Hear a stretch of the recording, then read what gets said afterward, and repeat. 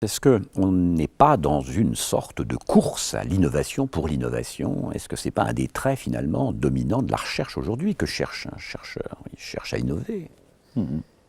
C'est le propre d'abord de la modernité, hein. Aller de l'avant. Hein. Il faut être moderne, disait Rimbaud, il faut aller de l'avant, hein. Peu importe. Mais ce qui a changé, et c'est pour ça que votre remarque est intéressante, ce qui a changé, c'est que aujourd'hui, on pouvait mettre la recherche au service d'idéaux figurables, faire ceci, faire cela. Aujourd'hui, on est dans un tel marasme intellectuel, dans une telle absence de repères, que la seule chose qu'on puisse dire, c'est qu'il faut, vous avez raison, innover pour innover. Hein. Et il en sortira quelque chose, on ne sait pas quoi, mais au fond, l'essentiel, c'est d'aller de l'avant.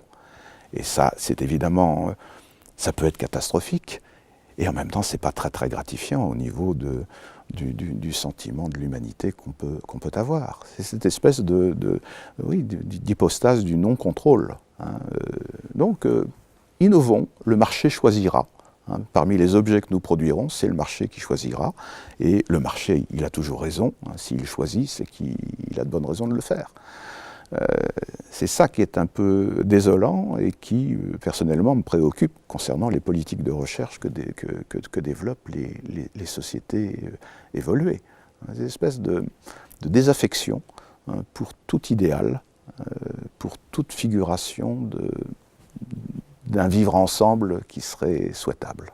Avec la modernité, si on pense évidemment à Baudelaire, enfin, sur la revendication du nouveau.